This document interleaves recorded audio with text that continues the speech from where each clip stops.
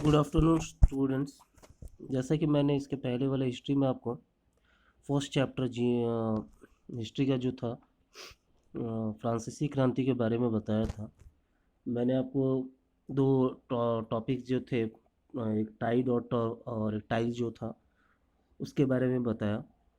और मैंने इसके अलावा आपको फ्रांस के में 18वीं शताब्दी के शुरुआत में जो फ्रांस का जो सामाजिक संरचना जो थी उसके बारे में मैंने आपको जिक्र किया। चलिए आगे हम लोग टॉपिक बढ़ाते हैं। जीने का संघर्ष। बुरा फ्रांस की जनसंख्या सन 1715 में 2.3 करोड़ थी, जो सन 1789 में बढ़कर 2.8 करोड़ हो गई। परिणामतः अनाज उत्पादन की तुलना में उसकी मांग काफ़ी तेज़ी से बढ़ी। यानी 1715 से लेकर 1789 में फ्रांस की जो जनसंख्या जो थी वो बहुत तेज़ी से बढ़ी थी, जिसका रिजल्ट क्या हुआ, जिसका परिणाम क्या हुआ कि अनाज उत्पादन की तुलना में उसकी मांग जो थी, यानी जितना अनाज उत्पादन हो रहा था उससे ज़्यादा उसकी मांग बढ़ रही थी, क्योंकि जनसंख्या काफ़ी तेज़ी से बढ़ रहा था। अधिकांश लोगों के मुख्य खाद्य पावरोटी की कीमतें में तेज़ी से वृद्धि हुई। अधिकतर कामगार कारखानों में मजदूरी करते थे और उनकी मजदूरी मालिक तय करते थे।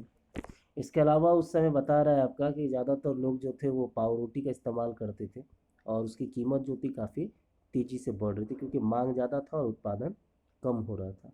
इकोनॉमिक्स का चीज़ होता है कि जब मांग बढ़ती है और उत्पादन सीमित होता है तो कीमतें जो होती है ऑटोमेटिक बढ़ जाती है। ठीक है, चलिए आगे क्या दे रहा है। लेकिन मजदूरी महंगाई की दर से नहीं बढ़ रही थी, और जो मालिक जो होते थे, मिल मालिक जो होते थे, वो कारखानों में काम करने वाले जो मजदूर होते थे उनकी मजदूरी जो होती है वो खुद तय करते थे। फलस्वरूप अमीर गरीब की खाई चौड़ी होती गई। स्थितियाँ तब और बदतर हो जाती थी जब सूखे या ओले के प्रकोप से पैदावार गिर जाती थी। इससे रोजी रोटी का संकट पैदा हो जाता था। ऐसे जीविका संकट प्राचीन राजतंत्र के दौरान फ्रांस में काफ़ी आम थे। जीविका संकट यहाँ दे भी रहा आपका। ऐसी चरम स्थिति जब जीवित रहने के न्यूनतम साधन भी खतरे में पड़ने लगते हैं। ठीक है, इसी को जीविका संकट कहते हैं। जब आपको जो ज़रूरी होता है, जो अति आवश्यक चीज़ जो होती है, जब आपको वो भी चीज़ अगर ना मिल पाए तो उस समय जीविका संकट जो होती है वो उत्पन्न हो जाती है। ठीक है, चलिए आगे देखा जाए। यहाँ पे आपका एक जीविका संकट का चक्र बना रहा है, इसको आपको पूरा करना है। जैसे फसल खराब हो गया डैश डैश करके, अब गरीब गुरबा पावरोटी नहीं खरीद पाएंगे। ठीक है, यह महामारी के बारे में दर इस चार्ट को आप कंप्लीट कर सकते हैं अपने एसडब्ल्यू को कॉपी के ऊपर। ठीक है, चलिए हो रहा है कि नेक्स्ट टॉपिक दे रहा है, उभरते मध्य वर्ग ने विशेष अधिकारों के अंत की कल्पना की। तो देख लीजिए ऊपर कोई टॉपिक तो नहीं छूट रहा है ना? नहीं, ऊपर कोई टॉपिक नहीं छूट रहा है आपका। चलिए, उभरते मध्य वर्ग ने विशेष अधिकारों के अंत की कल्पना की। मैंने इसके पहले भी आपको विशेष अधिकार के बारे में बताया था। विशेष अधिकार जिसमें कुलीन और पादरी वर्ग जो थे, यानी प्रथम स्टेट और द्वितीय स्टेट के जो लोग जो थे, उनको किसी तरह का भी कर जो था वो नहीं देना पड़ता था, और ये अधिकार उनको जन्म से ही प्राप्त होता था। जबकि कर देने का जो काम होता था वो तृतीय स्टेट के जो निम्न वर्ग के लोग होते थे या ज़्यादा अमीर नहीं होते थे, उन लोगों को ही सरकार को टैक्स देना पड़ता था। तो इसमें मध्य वर्ग के लोग जो थे, मिडिल क्लास के जो लोग जो थे, उनको ये विश्वास हुआ या उन्होंने ये कल्पना की कि उनको जो विशेष अधिकार जो दिया गया है फर्स्ट और सेकंड स्टेट को, उसको हो सकता है कि ख़त्म कर दिया जाए। बुरा है कि पहले भी कर बढ़ने व अकाल के समय किसान और कामगार विद्रोह कर चुके थे, परंतु उनके पास सामाजिक और आर्थिक व्यवस्था में बुनियादी बदलाव लाने की के लिए साधन और कार्यक्रम नहीं थे। ऐसा बात नहीं है कि 1789 में ही मजदूरों ने इस तरह का विद्रोह किया था या आंदोलन किया था। इसके पहले भी उन्होंने इस चीज़ का विरोध किया था, कर बढ़ने का, परंतु उनके पास जो आर्थिक व्यवस्था को जो बदलाव लाने का जो साधन होता है जिसके वो आर्थिक बदलाव ला सकते थे, या कार्यक्रम था जिसके माध्यम से वो समाज या अर्थव्यवस्था में बदलाव ला सकते हैं। इस तरह का ऐसा कोई उनके पास साधन या कार्यक्रम नहीं थे जिससे कि वो इस बदलाव को ला सके। ये जिम्मेदारी तीसरे स्टेट के उन समूहों ने उठाई जो समृद्ध और शिक्षित होकर नए विचारों के संपर्क में आ सकते थे। तो ये सामाजिक और आर्थिक बदलाव कौन करता? तो इस बदलाव को लाने के लिए तीसरे स्टेट के जो संपन्न और समृद्ध लोग जो थे या शिक्षित व्यक्ति थे, उन्होंने इस बदलाव को लाने के लिए वो आगे आए। 18वीं सदी में एक नए सामाजिक समूह का उदय हुआ जिसे मध्य वर्ग कहा गया, जिसने फैलते समुद्री व्यापार और ऊनी तथा रेशमी वस्त्र के उत्पादन के बल पर संपत्ति अर्जित की थी। इसमें बता रहा आपका कि 18वीं सदी में एक नया वर्ग जो था उसका उदय हुआ था, मध्यम वर्ग जिसे कहा जाता है, जिसके पास अपार संपदा थी, काफ़ी ज़्यादा संपन्न थे वो, ठीक है। और इनके पास ये संपत्ति आई कहाँ से थी? तो ये लोग रेशमी कपड़ों का व्यापार करना या ऊनी कपड़ों का व्यापार करना, ठीक है, इन सारे माध्यम से वो लोग जो थे वो काफ़ी समृद्ध हो चुके थे। आगे बोल रहा है आपका कि ये सभी पढ़े लिखे थे और इनका मानना था कि समाज के किसी भी समूह के पास जन्माना विशेष अधिकार नहीं होना चाहिए था। किसी भी व्यक्ति को की सामाजिक हैसियत के आधार पर उसकी योग्यता ही होनी चाहिए। स्वतंत्रता, समान नियमों तथा समान अवसरों के विचार पर आधारित समाज की ये परिकल्पना जॉन लॉक और जॉक रूसो जैसे दार्शनिकों ने प्रस्तुत की थी। देखिए कितना बढ़िया लाइन बता रहा है। 3 चीज़ पर आधारित, यानी समाज 3 चीज़ पे हो। एक स्वतंत्रता, दूसरा समान नियम, ऐसा नहीं है कि अमीर गरीब या first state second state third state सबके लिए नियम बराबर हो, और सबको समान अवसर मिले। इस तरह के समाज की कल्पना जो थी वो 2 दार्शनिक जो थे उन्होंने की थी। एक का नाम था जॉन लॉक्स और दूसरा का नाम जॉक रूसो। ये दोनों ही प्रसिद्ध दार्शनिक थे जिन्होंने ये कल्पना की थी कि एक ऐसी समाज की संरचना हो चाहिए जिसमें सभी लोगों को समान अवसर मिल सके। अपने 2 ट्रीटाइजेस ऑफ गवर्नमेंट में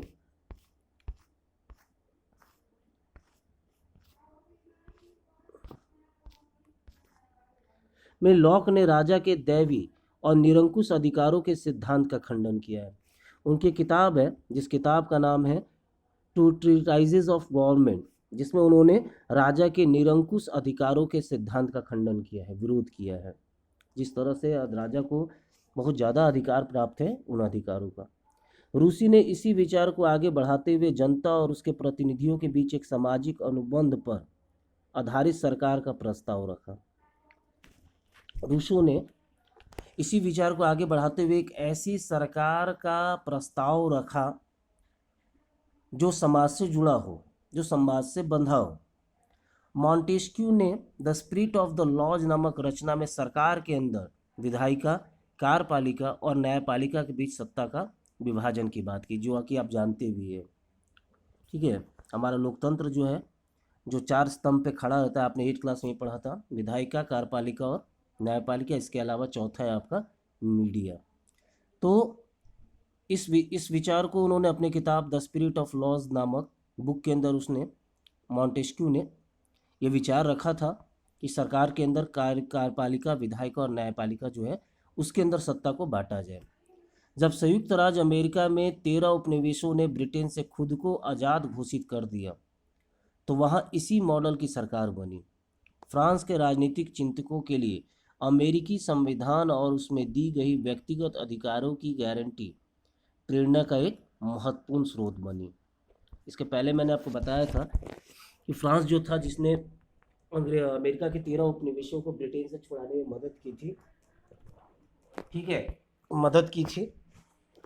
और जब ये उपनिवेश जो थे जब ब्रिटेन से आज़ाद हुए तो उन्होंने इसी आधार पर सरकार का संरचना किया और सत्ता को अलग अलग अंगों में बांटा, जिससे फ्रांस के शुभचिंतक जो थे, राजनीतिक शुभचिंतक जो थे, उनको इस चीज़ से काफ़ी ज़्यादा प्रेरणा मिली, क्योंकि वहाँ का संविधान जो था उसमें व्यक्तिगत तौर पर बहुत से अधिकार जो थे वो दिए गए थे।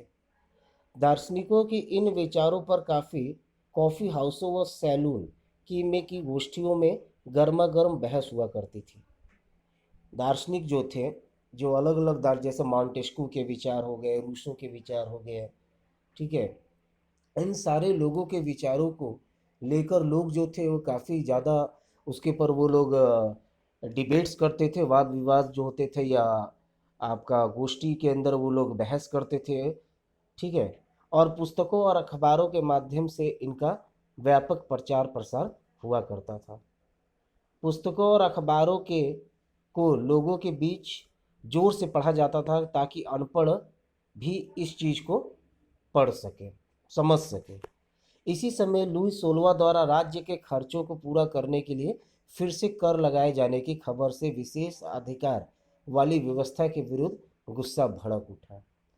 और ठीक उसी समय लुई 16वां ने अपनी अर्थव्यवस्था को मजबूत बनाने के लिए फिर से टैक्स बढ़ाया, और जिसके कारण लोग जो थे, मध्यम वर्ग, खासकर मध्यम वर्ग के लोग जो थे, या उनसे संबंधित आम लोग जो थे, जो उनके विचारों से सहमत थे, वो लोग काफ़ी ज़्यादा क्रोधित हो गए।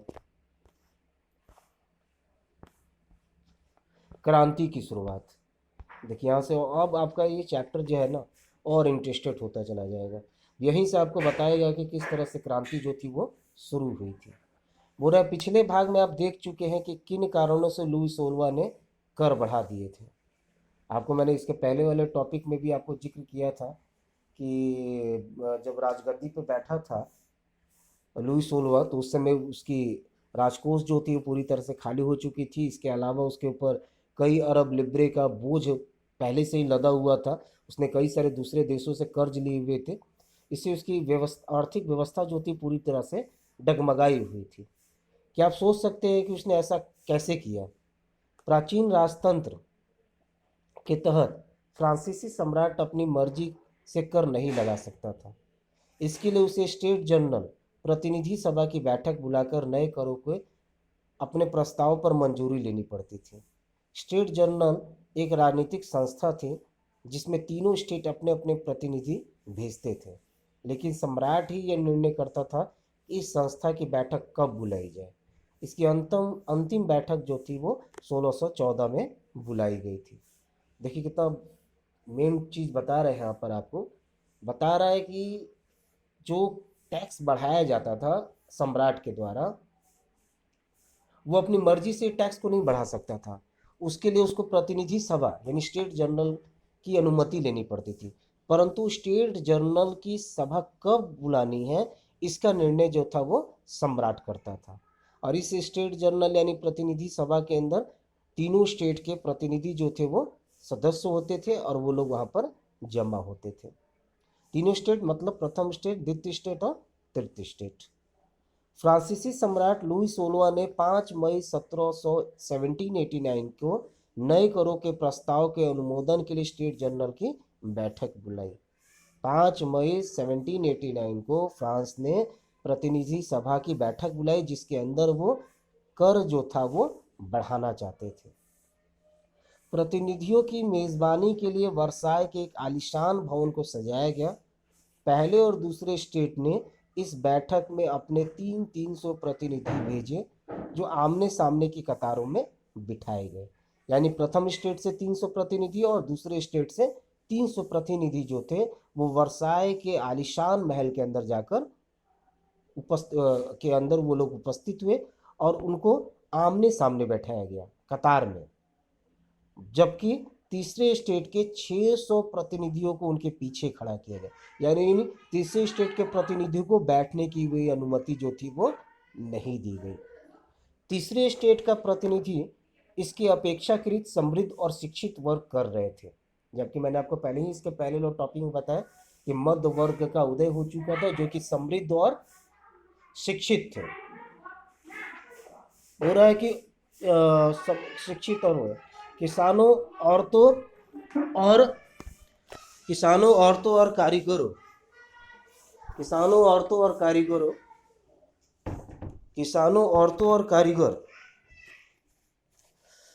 कारीगर का सभा में प्रवेश वर्जित था।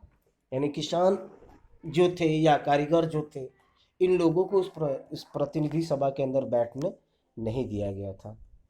बोल रहा है कि फिर भी लगभग 40,000 पत्रों के माध्यम से उनकी शिकायतों और मांगों की सूची जो थी वो बनाई गई थी वो बनाई गई थी जिसे प्रतिनिधि अपने साथ लेकर आए थे। स्टेट जनरल के नियमों के अनुसार प्रत्येक वर्ग को एक मत देने का अधिकार था। स्टेट जनरल के कुछ नियम थे, जिस नियम के अनुसार वो प्रतिनिधि सभा जो थी वो चलती थी। उसके अनुसार एक वर्ग को एक मत देने का अधिकार था। इस बार भी लुई 16 इसी प्रथा का पालन करने के लिए दृढ़ प्रतिज्ञ था, परंतु तीसरे वर्ग के प्रतिनिधियों ने मांग रखी कि अब की बार पूरी सभा द्वारा मतदान कराया जाना चाहिए, जिससे प्रत्येक सदस्य को एक मत देने का अधिकार। जैसे आपने यूनिवर्सल एडल्ट फ्रेंचाइज के बारे में पढ़ा है, सार्वभौम वैश्व मताधिकार, जिसमें प्रत्येक व्यक्ति को अपने मत देने का अधिकार जो होता है वो प्राप्त होता है। मगर इसके पहले प्रतिनिधि सभा का जो नियम था, उस नियम के तहत एक वर्ग को एक मत देना था, ठीक है। मगर इस बार तृतीय स्टेट के जो लोग थे उन्होंने इसका विरोध किया और उनका ये कहना था कि जो प्रतिनिधि सभा के अंदर जितने भी सदस्य 300 प्रथम स्टेट के, 300 दूसरे स्टेट के और 600 तीसरे स्टेट के, तो 1200 लोग जो प्रतिनिधि थे इस सभा के, इन 1200 लोगों में मतदान कराया जाए और जिसका मत अगर इसके पक्ष में जाता है कि कर बढ़ाना चाहिए तो कर बढ़ेगा, अगर नहीं चाहता है तो कर नहीं बढ़ाया जाएगा। चलिए आगे क्या बोल रहा है, जिसमें प्रत्येक सदस्य हो गया आपका। यह एक लोकतांत्रिक सिद्धांत था जिसे मिसाल के तौर पर रूसो ने अपनी पुस्तक द सोशल कॉन्ट्रैक्ट में प्रस्तुत किया था। यह आपका लोकतांत्रिक सिद्धांत है, हम लोग इसके बारे में जानते भी हैं। जब सम्राट ने इस प्रस्ताव को अस्वीकार कर दिया तो तीसरे स्टेट के प्रतिनिधि विरोध जताते हुए सभा से बाहर चले गए। तीसरे स्टेट के प्रतिनिधि खुद को संपूर्ण फ्रांसीसी राष्ट्र का प्रवक्ता मानते थे। 20 जून को ये प्रतिनिधि वर्साय के इंडोर टेनिस कोर्ट में जमा हुए। उन्होंने अपने आप को नेशनल असेंबली घोषित कर दिया और शपथ ली कि जब तक सम्राट की शक्तियों को कम करने वाले संविधान तैयार नहीं किया जाएगा तब तक असेंबली भंग नहीं होगी। और बाद में चलकर ये प्रतिनिधि जो थे इन्होंने एक असेंबली जो थी, ठीक है, उसका गठन किया। अपने आप को उन्होंने एक नेशनल असेंबली घोषित कर दिया, राष्ट्रीय सभा घोषित किया। और उन्होंने इस राष्ट्रीय सभा को तब तक बर्खास्त करने के लिए नहीं कहा जब तक सम्राट की शक्तियों को कम नहीं किया जाएगा। इस असेंबली का नेतृत्व जो था दो व्यक्ति कर रहे थे, एक मिराबियो और दूसरा आबिशी। ये दो ऐसे व्यक्ति थे, नेता थे, जिन्होंने इस नेशनल असेंबली का नेतृत्व किया था।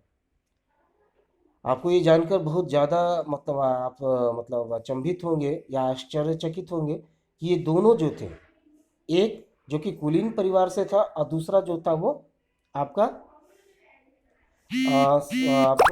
एक जो था वो कुलीन परिवार से संबंधित था, ठीक है, और दूसरा जो था वो मूलतः पादरी था, यानी प्रथम स्टेट और द्वितीय स्टेट। उसके बावजूद भी उन्होंने राजा के शक्तियों को कम करने के लिए उन्होंने नेशनल असेंबली का समर्थन किया था।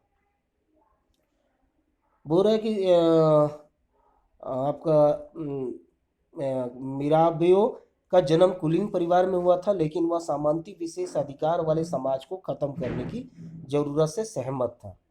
उसने एक पत्रिका निकाली और वर्साय में जुटी भीड़ के समक्ष जोरदार भाषण भी दिया। आबेसीबी मूलतः पादरी था और उसने तीसरे स्टेट क्या है शीर्षक में एक अत्यंत प्रभावशाली प्रचार पुस्तिका लिखी।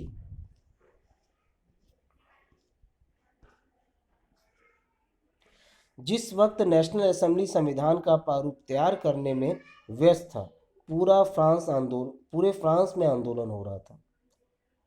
कड़ाके की ठंड के कारण फसल मारी गई थी और पावरोटी की कीमतें आसमान छू रही थी।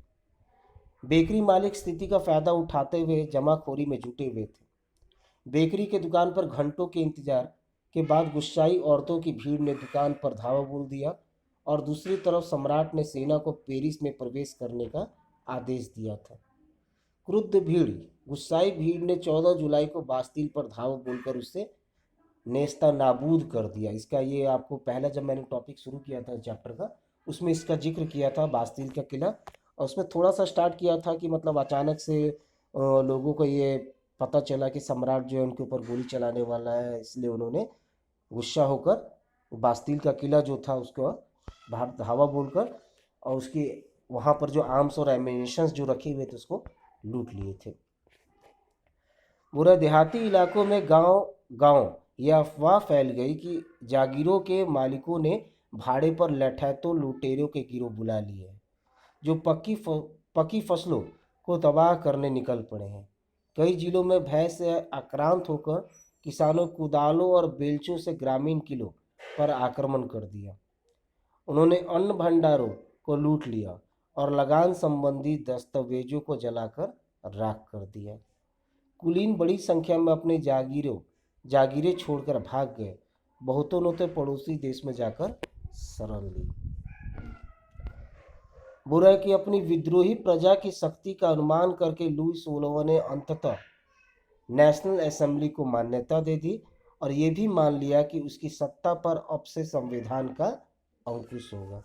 जिस तरह से लोग उसका विद्रोह कर रहे थे या विरोध कर रहे थे, इस चीज़ को उसने अनुमान कर और लुई 16वां ने ये घोषणा की कि नेशनल असेंबली जो है उसे सरकार अपनी तरफ से, सम्राट अपनी तरफ से मान्यता देगी और सम्राट जो है अब संविधान के अधीन काम करेगा। 4 अगस्त 1789 की रात को असेंबली ने करों, कर्तव्यों और बंधनों वाली सामंती व्यवस्था के उन्मूलन का आदेश पारित किया। यानी कर जो बढ़ाया गया था उसको ख़त्म कर दिया गया। कर्तव्य और बंधनों वाली, यानी आपका जो कर्तव्य, जैसे सामंत जो तीसरे स्टेट के लोग जो थे प्राय उनको सामंती व्यवस्था के अधीन काम करना पड़ता था, उस चीज़ को उन्होंने पूरी तरह से ख़त्म कर दिया। धार्मिक कर समाप्त कर दिया गया और चर्च के स्वामित्व वाली भूमि जब्त कर ली गई। इस प्रकार कम से कम 20 अरब लिब्रे की संपत्ति सरकार से के हाथ में आ गई। यहाँ पे सरकार का मतलब क्या? यहाँ पे सरकार का मतलब है नेशनल असेंबली। चलिए आज इतना ही रहने दीजिए। अगले क्लास में मैं आपको कल इसका, मैंने इस 2 टॉपिक 2 दिन पढ़ा दिया है, कल मैं आपको इसका SW देना शुरू कर दूंगा और मैं आशा करता हूँ कि आप लोग ज़्यादा से ज़्यादा जो है इस क्लास में आप लोग ज्वाइन करेंगे और मेरे द्वारा दिए गए SW को कंप्लीट करके भेजेंगे। ठीक है, चलिए, थैंक यू।